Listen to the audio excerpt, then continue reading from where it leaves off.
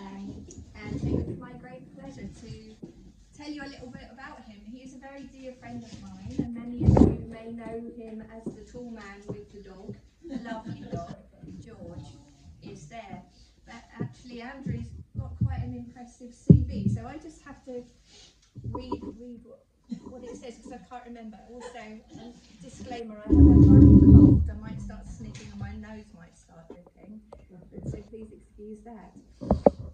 So, the tall man with the dog, aka Andrew Clover, has been living in my butty boat since January, writing some beautiful books. He's been writing a book about a dog pirate, and he is currently working on tree spells. So this is like the debut kind of presentation of his tree spells to a public thing. His first one-man show got nominated for a Perrier Award and was included recently in the Scotsman's highlights of 30 years of Edinburgh Fringe Festival. He's acted in many great shows. My personal favourite is Ashes to Ashes. Who's seen Ashes to Ashes? No? Oh yes, right. Did you see Life on Mars? That one. Anyway, it's a time travelling detective police program, which is my favourite genre. Anyway, Ashes to Ashes. He was the scary clown, and when I found that out, I was very excited. I thought, of course you are, the scary clown. Andrew also wrote a Sunday Times column about super creative parenting, which became a hit Penguin book called Dad Rules. I've read it, it's very good. I think it should become a film, but anyway, if anyone here makes films. He became a parenting expert on GMTV, and also was on Woman's Hour many times, which is very exciting. Now he's exploring how, if you do meditation and breath work with trees, it makes you happier. But so does singing. So I'm like the warm-up act. I'm going to get you to learn a little song before we begin. This is a song that Andrew's mum taught him. And I'm going to sing a line, and you can sing it back to me.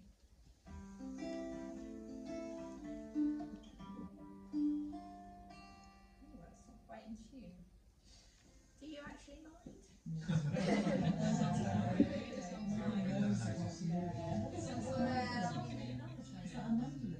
It's a banjola, so it looks a bit like a mandola. It's a hybrid. All the best things are hybrids. We're all hybrids of Neanderthals and Homo sapiens. That's slightly better. Anyway, so here we go.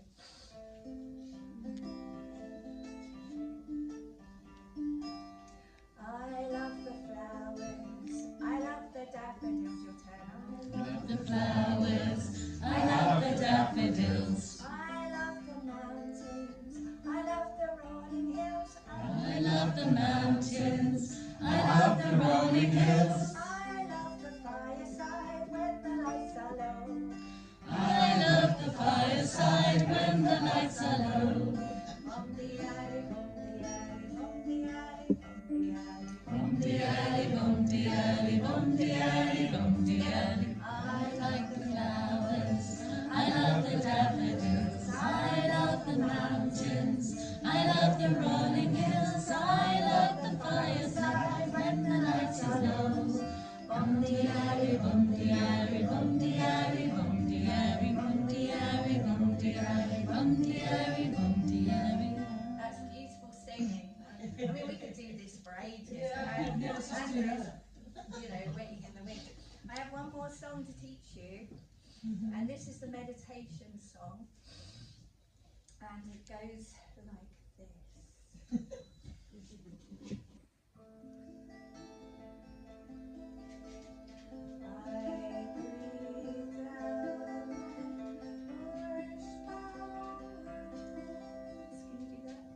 Oh no, it goes like this, sorry. I forgot how it goes, I wrote it. It goes, I breathe down and push down roots up to me now. I breathe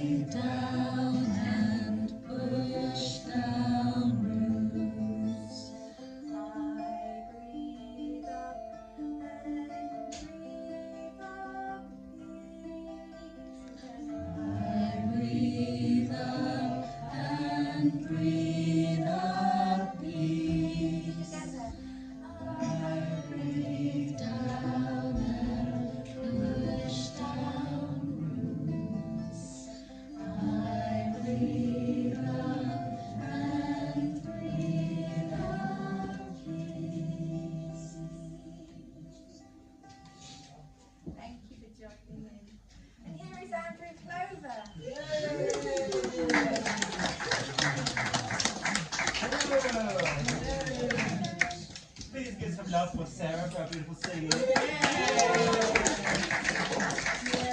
Hang on a second. This side is considerably better than this side. This side gives Sarah some love and a cheer. This side, love and a cheer. This side, make the sound of sea crashing on rocks. This side, the sound of the wind through the treetops. Very good, particularly for Megan, well done. The sound of cows mooing, please. Excellent from the dogs. Donkeys hee-hawing. Now everybody, I want you to imagine that you are your favourite tree and bringing the dogs to peacefulness with your sheer loving energy. Hum. Decide what tree you're being. The dog is still barking. We'll keep it. And bring it down. Deborah, what tree were you being? I was being a beech tree. Beautiful choice. What were you being, sir? A butterfly. A butterfly.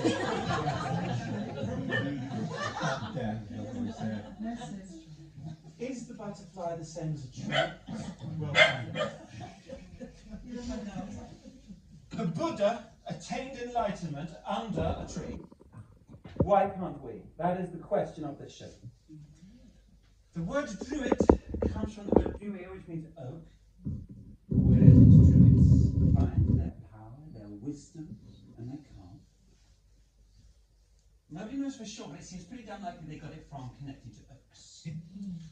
Now, trees, just as a tree has different leaves, trees have a different energy to them, which means that they are experts at helping with different problems. So if you're thinking, how can I feel safe when the world feels so scary? You visit the oak for safety. And listen carefully to this, because there are 8 trees here. And your task is to choose which of the 8 trees you are most curious to hear the magic of. How can I find lightness and calm? The birch. How can I find love? The willow. When I'm humiliated, how can I be healed? The rowan. How can I rewrite the past? The beech. How can I find confidence? The poplar. How can I find rebirth? The yew. What is the secret of happiness? The ash. Okay, you've got 5 seconds to choose which of these trees you're most curious to get the magic of, and then you must point to it. 5, 4, 3. Lifting up your arms to point to the trees. 2, 1. Quite a few pointing to the willows. Sarah's favourite one that brings love. Or is it just lust? Okay, hands down. Basically, I think they're all getting a little bit of the point. Okay, this is what I'm going to do.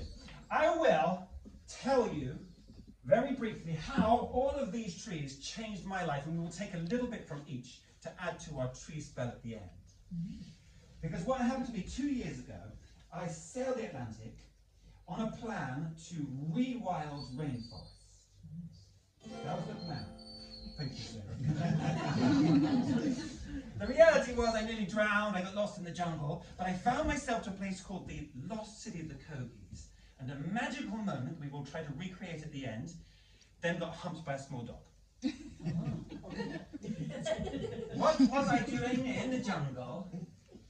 It all started 7 years ago.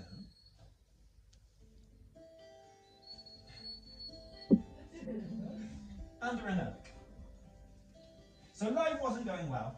My children were about to leave home. I was going bald. My wife was going through a patch of being cross and disappointed with me, which had lasted about the last 7 years. The news kept being filled with stories about how the rainforest was being burned to make cow farms. And sitting under the oak, I was trying to find peace. But how do you connect to an oak? Nobody explained, but I tried something that I'm going to teach to you. And if you want to learn how to do it, what you do is you take a deep breath in. Breathe down. And breathe in again. And imagine you are an oak with your great oaky arms. And then as you breathe down, you think, shh, I breathe down and push down. Imagine your roots going down into the mud and the worms and the stones. And then as you breathe out, think, I breathe up and breathe up. Peace. Imagining the peace swirling up your trunk to the oak's great spreading arm. And you start to get the feeling of the oak with you. I am safe. But perhaps coming into your mind, you start thinking, but I don't feel very safe. And this is what happened to me. I thought, well, I don't feel safe because the Amazon rainforest is being burned. But then I sensed this sort of great oaky spirit behind me going, but what do you need to feel safe? What is the future that you need to feel safe?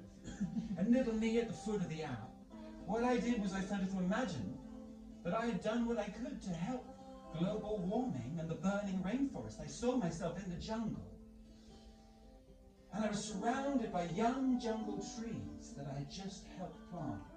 So that the breeze that was rippling their leaves was touching my cheek, and I felt proud and relieved and excited. I was thinking, yes, this is what I must do. I must cross the Atlantic and help to start rewilding the rainforest. And I went running home, very excited.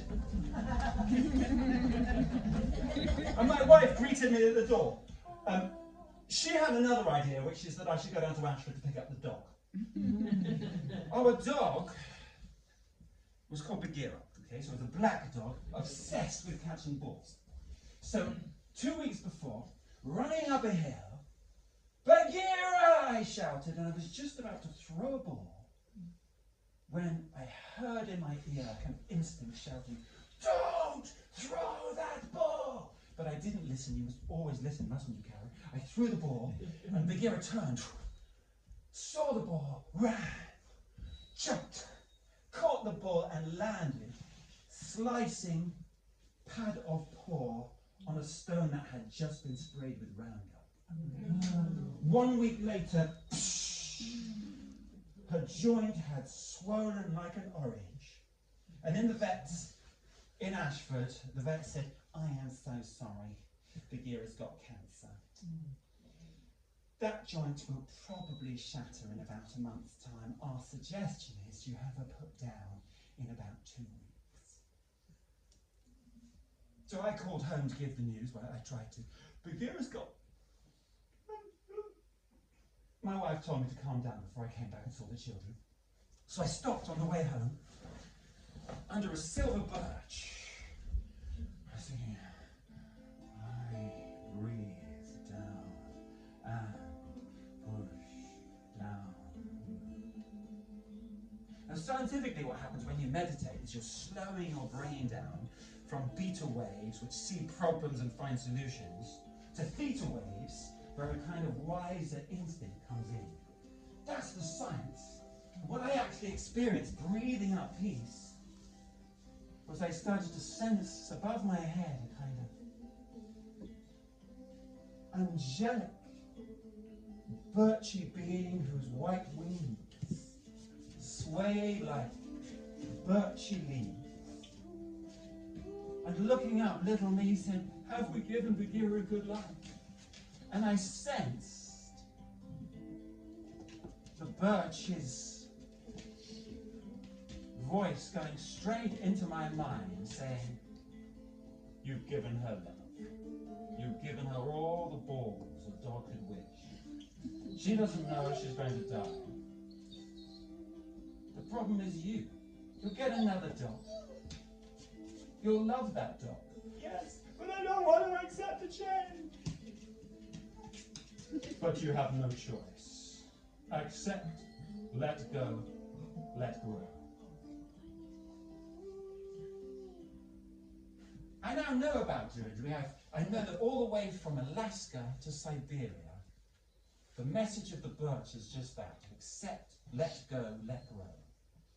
I didn't know that then. What I knew that was something had happened under that birch. And walking to the door with a lame dog on a lead, my wife again stopped me at the door. Andrew, why don't we have a clean break? Let's do it tomorrow. Move on. Maybe we should have a clean break too, move on. Are you saying you want us to separate? Oh, I don't think we're very well suited. If that's what you think. And my wife smiled. And I saw that she was not unhappy that I'd spoken. She was relieved. So theoretically I was free to go across the Atlantic and start re-wild in the rainforest. But how would you do that, Karen? If you find rainforest, what's to stop jungle gorillas finding it and then tying you to trees so jungle beasts can feast on your flesh? What are we going to do about the dogs? Because it's bothering me too much. Let go. Let go. We can let them off the leads and let them be gone. Okay, let them off the leash for a second. But then, no, that's not going to work. I don't think that's the right choice. There's no pheasants here, Andrew. Tash is going, no. I don't need to. Why is he bothered? He didn't like the story about Bagheera. No, he's jealous. Is it? Give him some Jealous. jealousy. Give him a bit of a He can sense your energy, Andrew. Do you think so?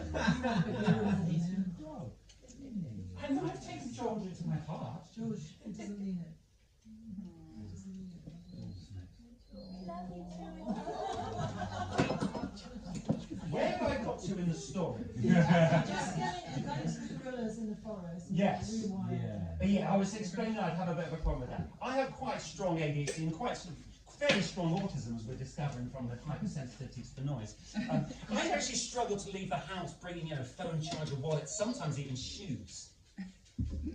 I was thinking, how am I going to get across to the rainforest? What do you do when you really, really want something, but you're not sure how to start? What you could do is to go and visit the willow. If you meet the willow and you meditate on the willow, you discover that the willow's message says, let go thoughts and trust the flow of life. So the willow, if it could be represented by a single quotation, it'd be the one of Hafiz, the great Persian poet, who says, have you considered that God may be talking through the voice of everyone you meet? Might you not be polite and listen?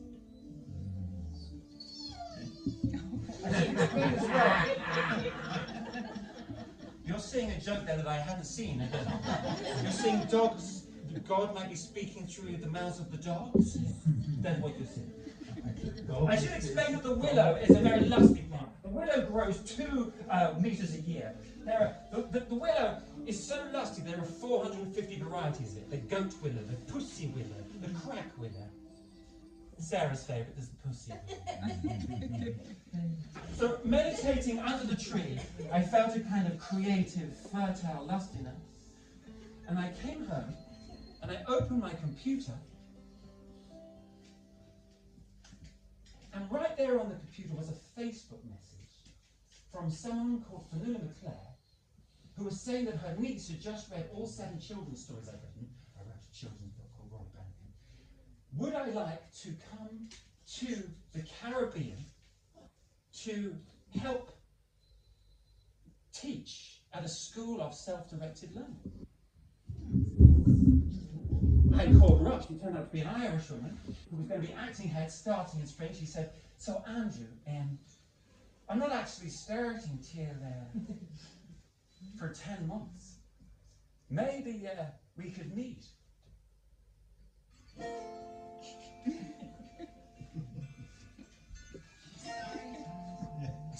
The other orchestra is another phone. It's God again. It's God.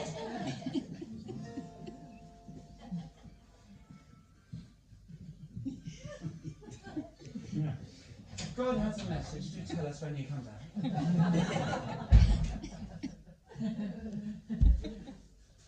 Is God even going to speak through the mouths of the tomatoes? So I met Fanula on the beach, which is a great choice. We were going to do some wild swimming, which is a great choice of first date, which is what this felt like. Because, what was the message?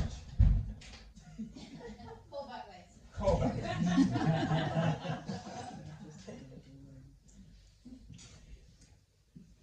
On the beach, I was undressing. I felt quite good about that because after 20 years of marriage, I had no idea whatsoever how to woo. But one thing I know is I'm very fit. I have ADHD, so I work out for 2 hours a day to settle the mind. Naked, I look like a very fit teenager who, in a very unwise act of plastic surgery, got the head of a balding middle-aged man. So stripping on the beach and talking to Fanula, I'm feeling confident. I said, so Fanula, no, she's Irish. I don't have an Irish accent, do I? So I said, Fanula, if you could rewild rainforest anywhere in the world, where would it be? Well, Andrew, no question, it would be near Ninka in Colombia. Because in Ninka you meet the Kogi people. The Kogi people believe that everything has spirit. Every person, every tree, even the world itself, who they see as a real being, who they call the mother. If you help the mother, they say, she'll help you in return. Nice necklace. Here, have it. What? Surely not. You might have to do something for me. What? Kiss me.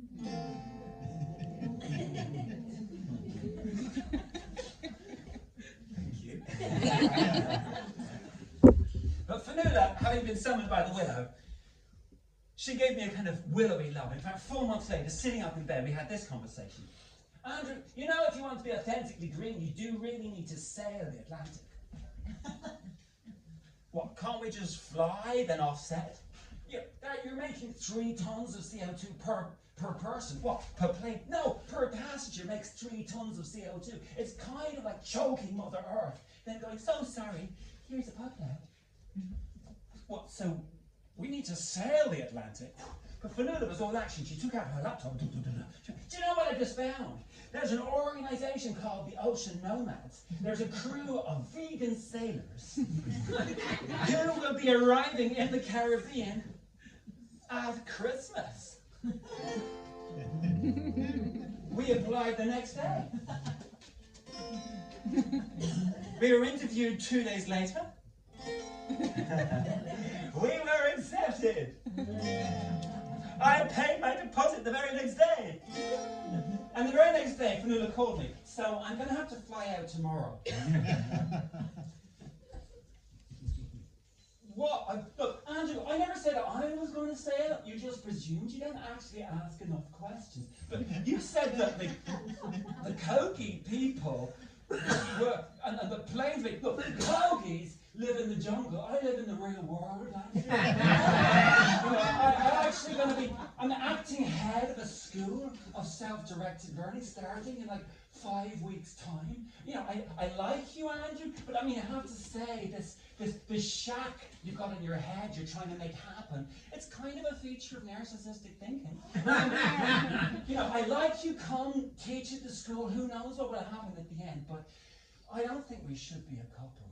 It would be distracting, it wouldn't be professional, I'm sorry.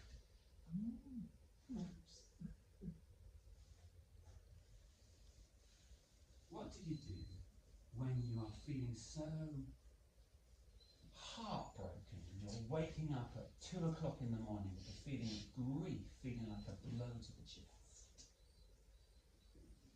You could visit the rowan, the tree of healing. So if you visit the rowan and you push down your roots and you breathe out peace, you start to think about how the rowan's roots reach under the soil, reaching other rowans. And it makes you think about how we are helped in our lives by people who help us. And you see that you're surrounded by loving help. And the message of the rowan is connect, for the sheer pleasure of connecting.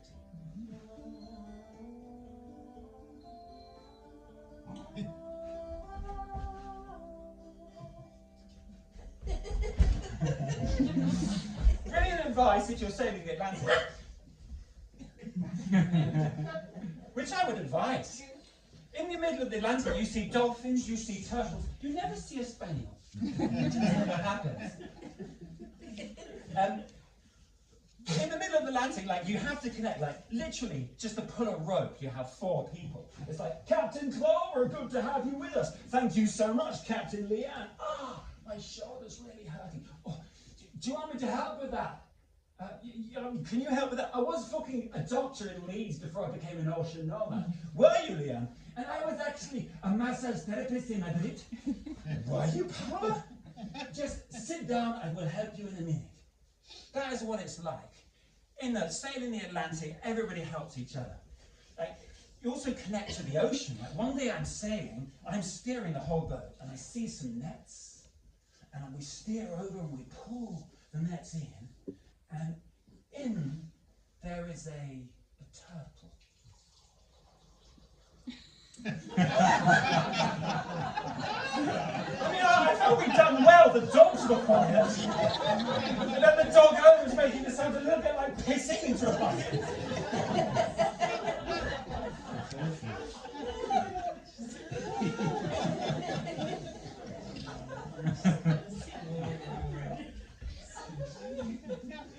That was noticing it. You're going to have a lovely time tomorrow, and we'll say, how was the show last night? Was it good? You say, I was good. I went out and it would have been totally rubbish. And he was supposed to be a comedian of a single laugh.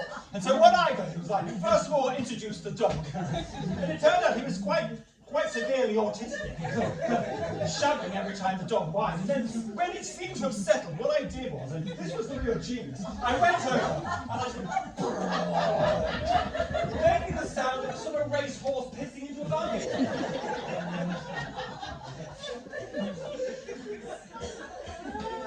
Would you like to have a tomato?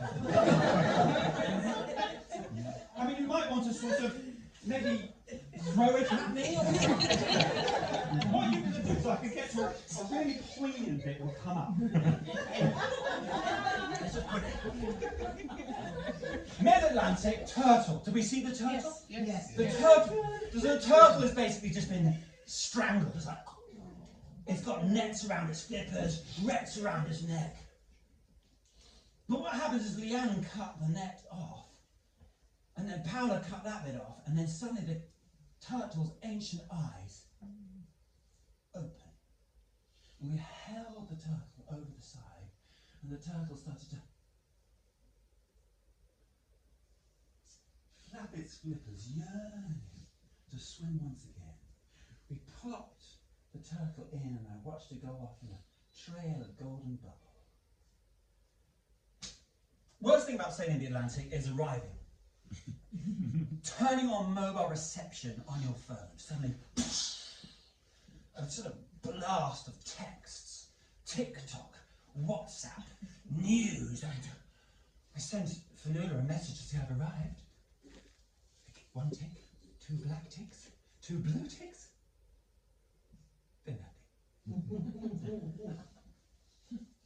You want to know how to make yourself 200% happier straight away? What you do is you take your phone with all its marvellous connectivity, all its photographs, and all its history, and you just throw it into the sea, and then go and get drunk. That's what the ocean nomads did. I mean, we've been at sea for 24 days with nothing more to tempt us but like a cup of coffee and a carrot. It's like being at one of Tolly's very bad cribs without even having biscuits. But suddenly in the Caribbean there was marijuana, there was mangoes, there was rum, there was beers, and you just don't know how many health and safety issues a boat presents until you see a former doctor from Leeds who's had a whole litre of whiskey. Fucking hell! Me and Paula are holding him. And the next night, wanting to calm down, I have gone into the jungle, wanting to calm down under a tree. And I'm just about to start calming when Paula arrives. Angelo, you need to help me. I need to leave the boat. Last night I tried to help Leanne. She would not listen. No one listens to me, Andrew. Well, no one appreciates what I try to do. Why is this always happening? What can I do? Paula, would you like me to do a tree meditation? Yes, you know this is what I want. But is there a tree that can help? At that moment, we are leaning on the saber bongo tree. Lucy, can you picture the saber bongo tree? It's the one with the big, snaky, buttressy roots. The Mayans said that 4 saber bongo trees held up the 4 corners of the earth. In England, of course, we don't have the saber bongo tree, but we do have the beech. Similarly snaky, rooted tree. And if you meditate on the beech, what happens is you learn the lesson of expect nothing, be grateful for everything, give love, and thus receive it.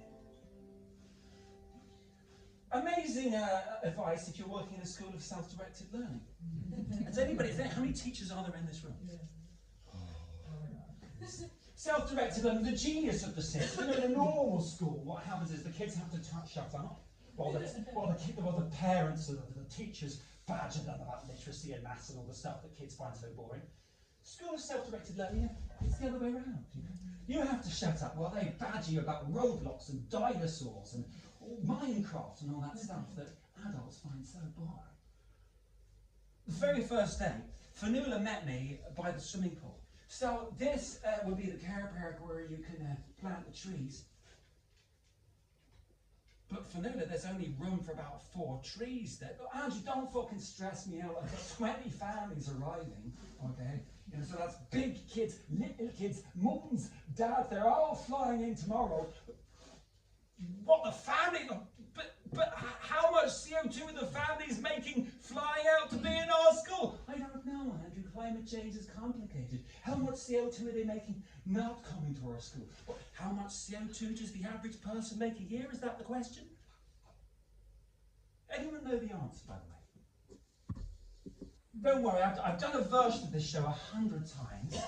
Only once have I had the answer. But our kids find out. The average British person makes 10 tons of CO2 a year. But how much CO2 can the average person make for the human race to survive? Anybody know the answer, by the way? Interesting, isn't it? It's the basic question that defines whether the human race gets to stay on the planet or not. No one knows the answer. Obviously, it contends against the needs of capital. My kids find out the answer. We can all make 2.5 tons. Right. So what do you think we should do, kids? We can make up a rap! Thank you, Manu. Would you like to have a go at making up the rap now? Yes! Don't fly, don't drive, don't eat meat, don't heat, hold up most of all plant trees! Andy, that was actually pretty good. Yeah, but I didn't think that was that good. Raquel, what's your problem? Raquel was his big sister. She was 8. Yeah, the trouble is that everything that Manu says is negative. Like he should make it positive. People say that climate change is complicated. Raquel, who's 8, she comes up with 9 solutions to it, all positive, and they rhyme. Would you like to hear her rap to save the world? Yes. I tell you what I do is I'll perform it the way she did. I do a line, point. You repeat, okay? Are you ready? Take a walk or ride a bike. Take a walk or ride a bike. Eat all the veggies that you like. Eat all the veggies that you like. If it's cold, put on a coat. If it's cold, put on a coat. If you want some milk, make sure it's oat. If you want some milk, make sure it's oat. Don't buy things that you don't need. Don't buy things that you don't need. And don't buy things that you just seed. Don't buy things that you just seed. Ban all the chemicals that kill all the bees. Ban all the chemicals that kill all the bees. And most of all, please plant trees. And most of all, please plant trees. I did just say how to save the world, you can clap.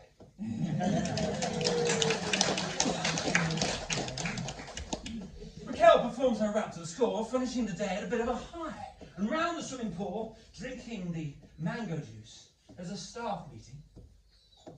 Mr. Clover, good work today. Thank you, Fanula. I'm thinking, so you're going to love me again? What's it? Is it treats? It's long. You've got pieces of biscuits. Would I like a piece of biscuit? If I'm doing a play.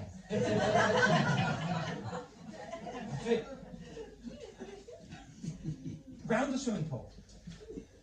So, good work today. How many trees do you need to plant? Oh, maybe 1,000? Well, there's no room to plant 1,000 trees around the swimming pool. No. So my idea is this. You go to visit Oscar's nursery up the road. Oscar says, if you go round the neighbouring schools and you give to each neighbouring child a tree, a lemon tree, that way you're planting 1,000 trees and 1,000 tree lovers. I'm thinking, wow, obviously I'd love it if the woman gave me her love, but she has just come up with an incredibly brilliant idea that has just solved the project. So you can get 1,000 lemon trees from Oscar's nursery up the road, but they'll cost you $3,000 in US dollars in cash. How'd you get $3,000 in cash? And did you fucking expect me to do everything? Go to the bank. Now, I've left lots out of this story. I've left out the bit where I nearly drowned. I left out the bit where I went to Haiti to actually learn what trees to plant. Haiti, which is controlled by criminal gangs. One time I'm in a van. Men get into the van with guns. This is worse than that. The bank. What you have to do is you have to queue for 2 hours. And then I get to the front where I'm refused. Turned out I need a credit card, not a debit card. So the second time, what I do is I've got my credit card and I queue for 2 hours. Insufficient funds. But on the third visit to the bank, what I do is I give all the money in my pocket to a beggar who's standing outside, and he says a prayer for me in which he sees the Mother of Jesus helping me to get that money. Doesn't make a shiny shit of difference. I'm still refused.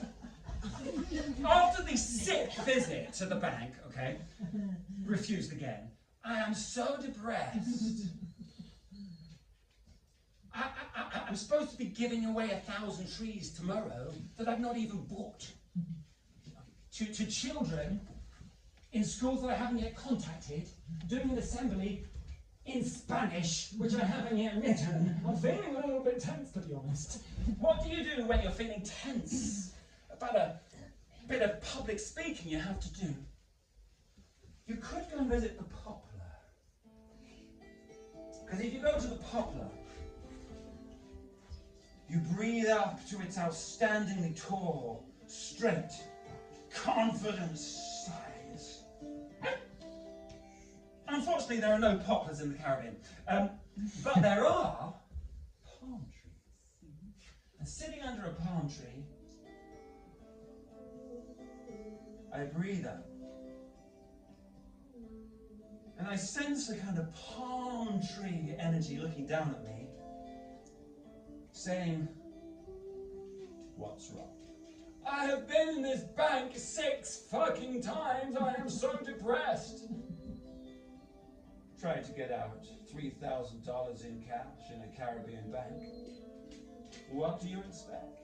And the woman that I love seems to hate me. Yeah.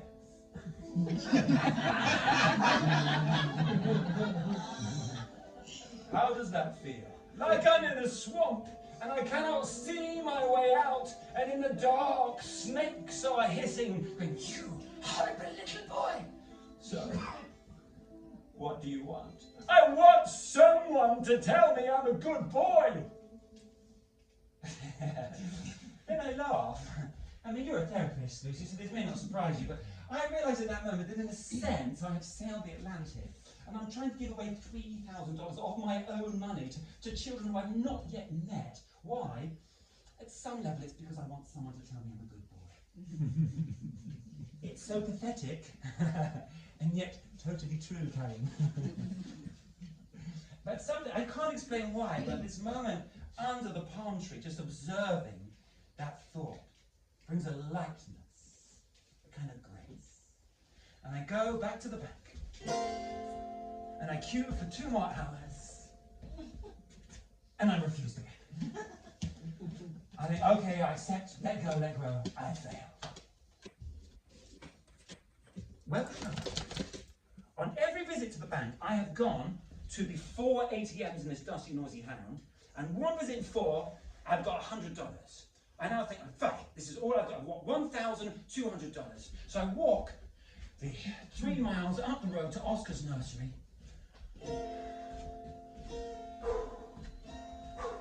Oscar, I'm so sorry, that's all I could get. Andrew, tranquilo, you did what you could.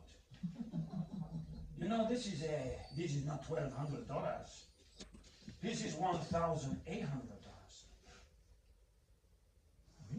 But how many trees can I get for $1,800? 1,000. Maybe I just get them a little bit smaller.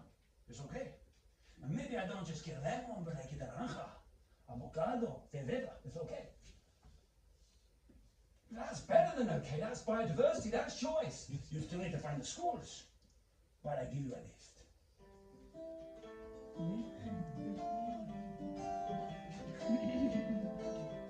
It's right that Sarah's coming now, because from this moment on, suddenly I start to feel touched by magic. And things get weird. Do you know what happens next? I run all the way back to town, where I've got to pick up a broken computer. And it's just as I'm about to arrive at the computer shop, there's a motorbike arriving, and an instinct says into my ear, go up to the man on the motorbike, shake his hand, ask what he does. His name's Martin. He's the headmaster of the first school on the list. Be delighted for me to come the next day. I go into the computer shop. Thank you so much. How much do I owe? Oh, come on, I've got to give you something.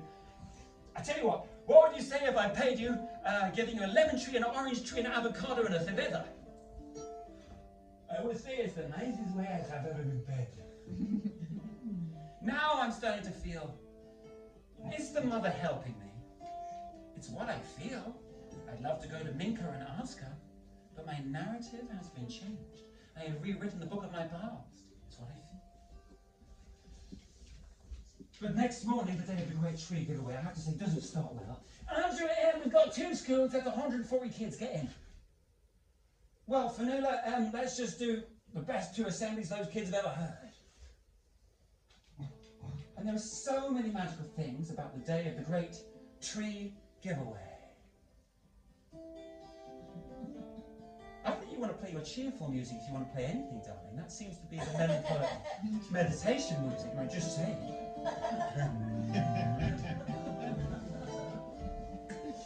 The first school sing us a song. We sing one to them. One that I learned in my mummy's play school. In fact, you can sing it just the way I sang it then. I sing it out, I point and you join in. I love the flowers, I love the daffodils. I love the flowers, I love the daffodils. I love the mountains, love the rolling hills. I love the mountains, I love the rolling hills. Unfortunately, I'm having to sing in Spanish. The next line, which is supposed to be, I love the fireside when the lights are low. I'm just about to sing that when I get an inspiration. I'm thinking, fireside? It's not very green, is it? Or not very Caribbean, to be honest. And I think what I'll do is I'll change that line to... Me gustan las árboles porque están frutas. I love the lovely trees because they give us their fruities. Bombiale, bombiale, bombiale, bombiale, bombiale, bombiale, bombiale, bombiale. Me gustan las flores, me gustan. As we leave the second school, the bus driver says, "Hey, this is my grandson's school, we need to stop." In the third school, I'm photographed for the local paper, giving a tree to the mayor, spreading our message further. The mayor then calls a 4th school. By lunch, we've seen 4 schools, and I've given out 400 trees. Keep going, darling, it's lovely. Expect nothing, be grateful for everything. I go off to see Oscar at lunchtime and I just want to say thank you. And Oscar says, Andrew, you know the school up the road has 300 children, we go. Oscar, I don't think we can just walk into a school. Hey, I tell them you're a famous English storyteller. And you have sailed the Atlantic. Why? Because you have a dream. You have a dream of giving a child every tree. So every child can plant a tree and learn to love Mother Earth. They now let you in. I give them a slap. Keep going, darling. With the 300 children, I am now singing like Pavarotti. Me gustan las árboles porque están frutas. On the sixth school, Martin's, I and the children are singing so magnificently loudly. Do your best, everyone. Me gustan las árboles porque están frutas. Round about, the cows are mooing, and the donkeys are hee-hawing, and people are stopping Charles thinking, what is going on? Some crazy gringo giving out trees. Trees! I want a tree! Tell me this isn't magical. Start of the day, 2 schools, 140 kids. By the end of the day, I've seen 6 schools, and we have given out 900 trees! Yay. And then my project that inspires the kids. 2 of my kids, they rouse 40 volunteers and we clear an entire beach a mile long of plastic. But my favourite kid is called Cassia. She's so shy for the first week of the term, she's lurking behind a curtain. But then on the last day of term, Cassia gives a press conference.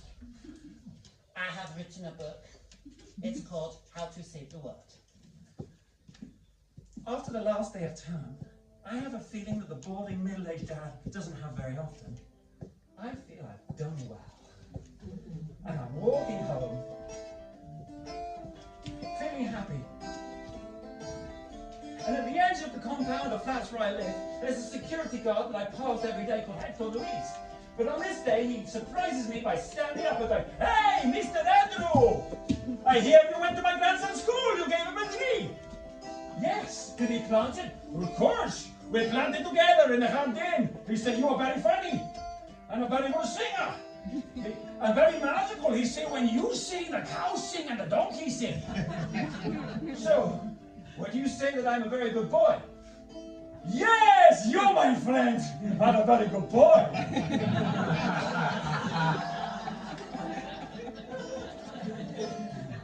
What do we do in this modern world though when we feel we've done well? I go home and I do a quick Facebook post. I say that my trees, our trees, if they grow for 100 years, will absorb, on average, 10 tons of CO2 from the air a year. But I do admit that the 20 families will make 240 tons flying out. But, do you know what happens? That brings Vanilla around. Suddenly there she is, striding through the open door of my flat like a sexy, red-headed jaguar. Andrew, I am trying to run a business here with 20 families who you've just accused of making 240 tons of carbon dioxide. Why the fuck do you do it? Because we're doing a school about climate action, and it's on behalf of the children of hate. Listen, Andrew, I fucking found this school. I told you to buy those trees. Look, Vanilla, it's fine, I can take down the post. Do you want to talk? Is this to do with the way how maybe we went out to each other? Do you want to talk about... No! I never want to see or hear from you ever again.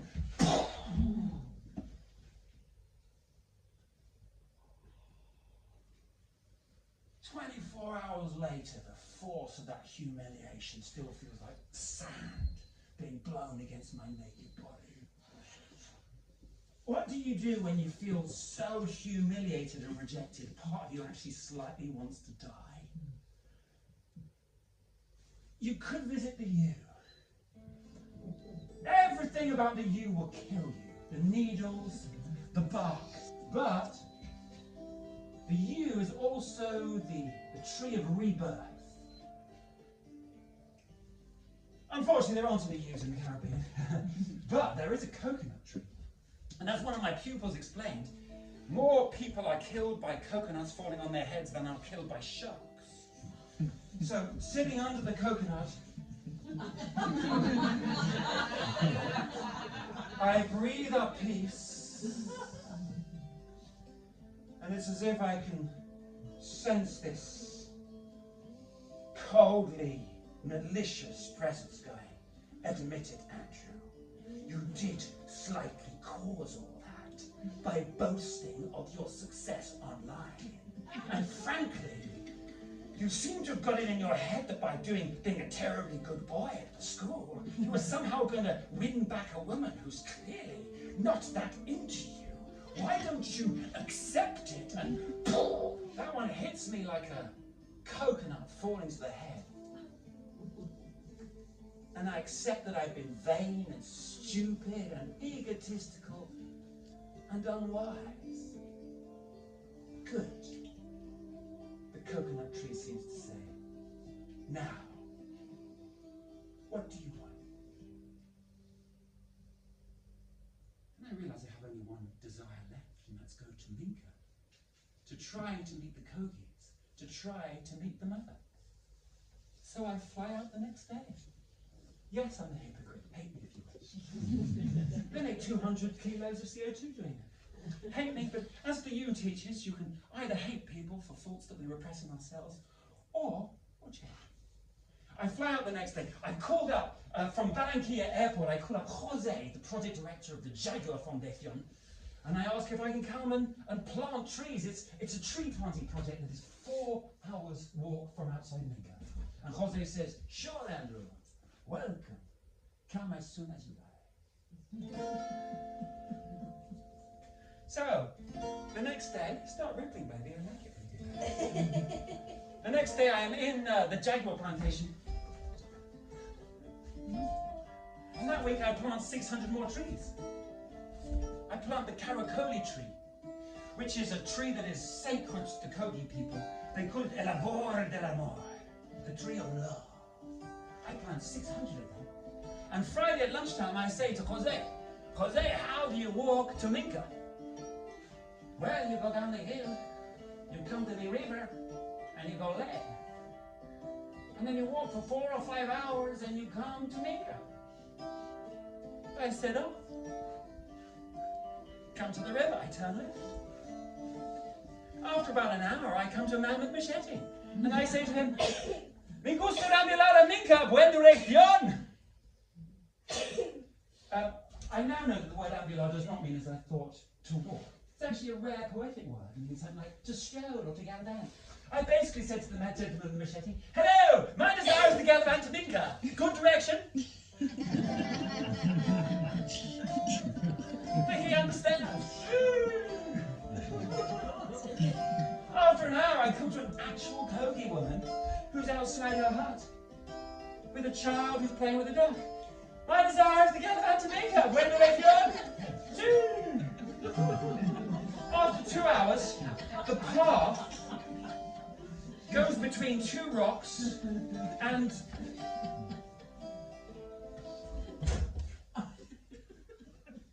stops. Like, either this is Minka or I am lost. And the sun is going down behind the mountains. I realize I'm about to serve the Jaguar community by feeding one. Half an hour later, running up a hill, hola! Hola! I see 2 banana trees flapping over 2 shacks. Hola! Hola! A woman, Ruby, comes out of what clearly a shack with the toilet to me. Hola! My desire is to gallivant to Minka. Minka is late, it's not safe. What should I do? The only thing I can think of doing, Karen, I read off in the fairy story. I try that. Could I possibly stay the night in your shack and in the morning you can help me gallivant to Minka? Of course. Cornel, Gringo is here. He has invited himself to stay the night. Cornel, he literally puts down his gun before shaking my hand, saying, hey, what kind of music do you like? Remembering for Nuna's desire that I should ask more questions, I say to him, what kind of music do you like, Cornel? Luis Alberto Posada. Anybody familiar with the works of Posada? I get to know them jolly well that night. Posada croons from a speaker on the bamboo roof as Ruby cooks us dinner by candlelight.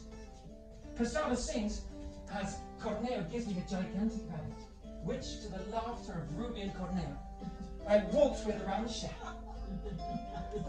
And in the morning, I walk an hour with Ruby and Corneo. From here, Minka. What? From here, Corneo, I gallivant to Minka. No! From here, get the motorbike. And Corneo was right. I go to the next door house and a motorbike comes out and they ask me if I want to have a lift and I say, yes, I'd love a lift. And I get on the back. All I need to do is sit on the back and hold on. And in my warm, grateful heart, I'm gallivanting every step of the way. So Minka is like a town in the mountains, selling coffee, cannabis, crystal. 4-day hike to the lost city of the Kogis. I sign up straight away. Day one, we come to a Kogi village, where a Kogi shaman, roughly the world's most serious man, talks about balance, male, female. You give, you take. You take one flower from Mother Earth. You give a gift. Questions? Yes. The woman I love has told me never to contact me again. It still hurts. The balance is gone. Exactly, the balance is so gone. I mean, how do I get harmony? How do I get balance back? I mean, she gave me this pink rose quartz, which I've been wearing the whole journey. I was thinking maybe I could bury it at the lost city. Would that be appropriate? The mother told you to come here. You came. You go to the lost city. You meditate so deep. You come to illuminate the world of the spirit. You say goodbye to your girlfriend. Maybe the mother turns up and she tells you what to do. Thank you.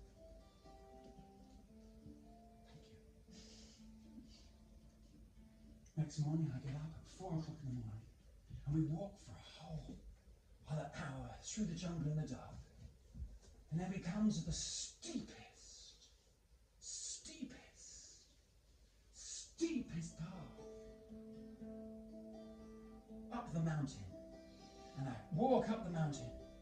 And an hour later, almost dizzy with hunger, I come to the lost city of the Kogis. Where houses stood, there's now cacao trees. Where lovers once kissed, saber bongo tree spreads its snaky roots across the earth. And at the top of the lost city, commanding the best view, the hugest karikori tree I've ever seen. And I know what to do. And in order to imagine the moment, you know what to do. Of course, we don't have a karikori in England, but we do have the deep-rooted ash tree, which was sacred to the Vikings. They said it contained the spirit of Yggdrasil, the world tree, and connected us to the 3 realms of heaven and the 3 realms of the underworld, linking us to the last of all, a cave, which is the heart of Mother Earth. So I sit against the karikari, and I breathe in, and I invite you to do the same.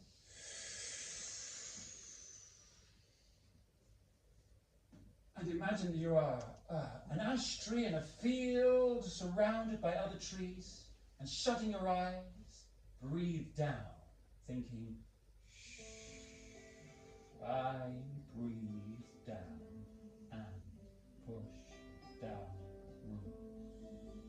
And imagine your roots going down into the mud and the worms and the earth.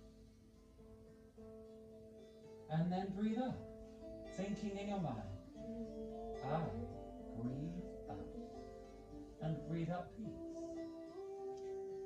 And imagine that the peace is coming swirling up your trunk and into the trunk of the ash tree, and breathe down. And imagine the roots going off to the right, over to a rowan tree, and imagine that your roots are linking with the rowan under the soil like two lovers holding hands under a table. And as you breathe in the sense of support. And as you breathe down, giving back sugars and water and support in return, you think of someone who helps you. Say their name in your mind. And as you breathe in, think of that beautiful person giving you help. And breathe in the gratitude that you feel to that person.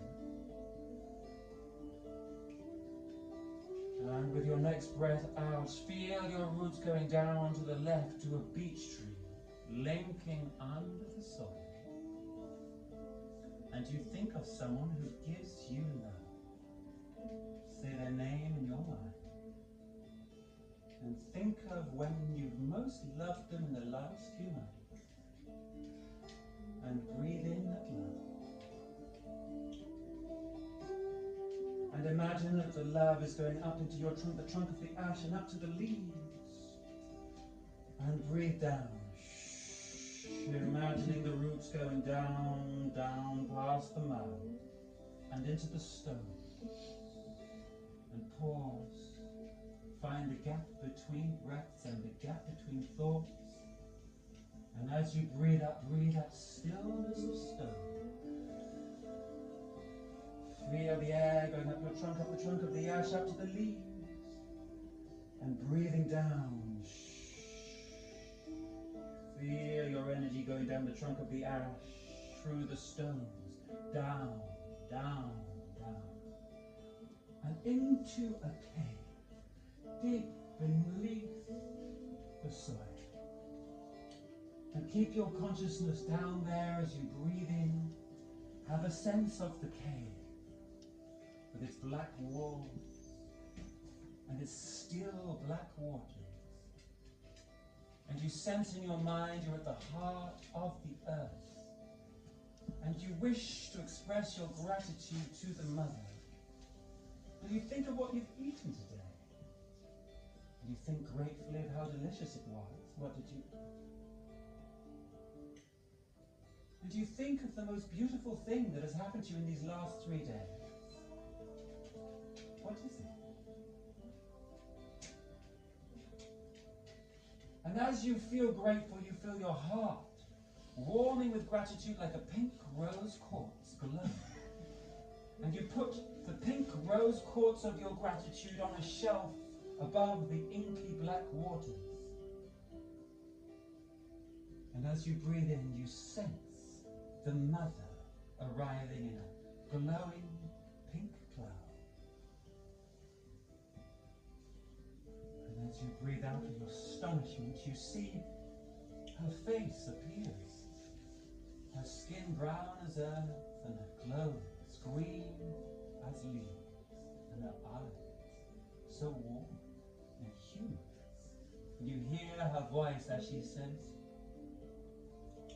"Thank you for your gift." And she thanks you for something good that you have done this very day. What is it? Hear her voice in your mind.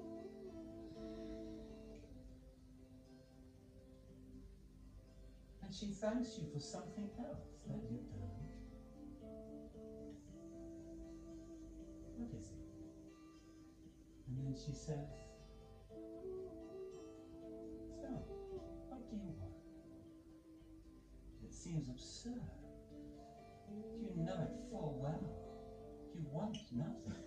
We have everything right here, right now.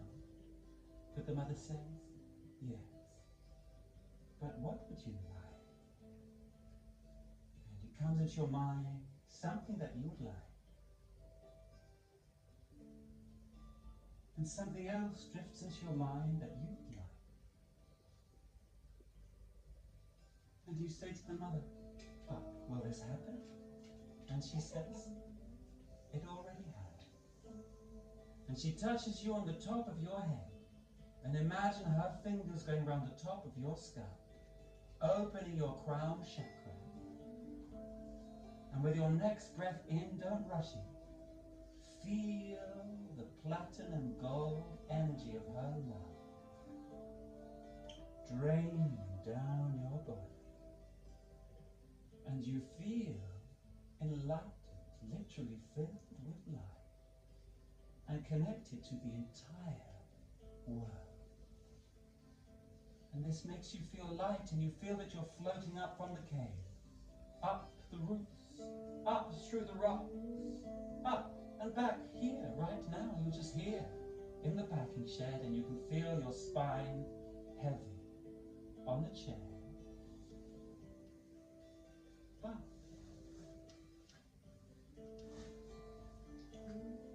in your mind, you have a lightness which comes from knowing that we have everything that we want, and we get everything we want, just not necessarily where or when, or from the person we expect to get it from.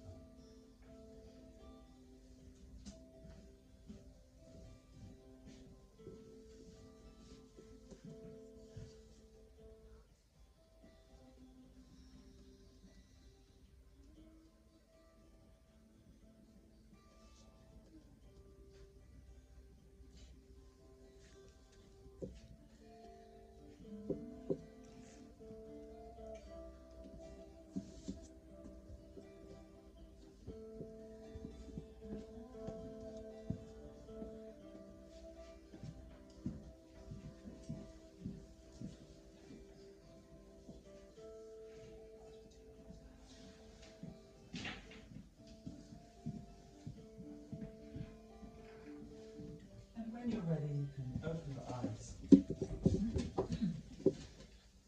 I was going to show you a slideshow to show you that everything that I just explained was actually true. This was the house that I dreamed of, the shack in the mountains.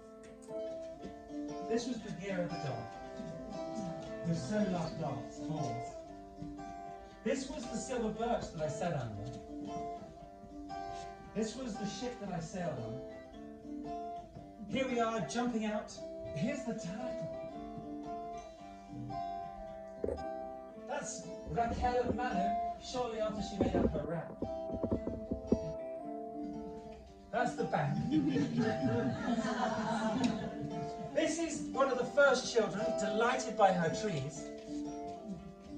Here's another child, delighted by his trees. Here's a child, slightly confused by his trees.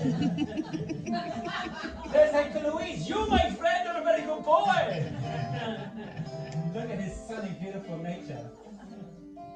This is the jaguar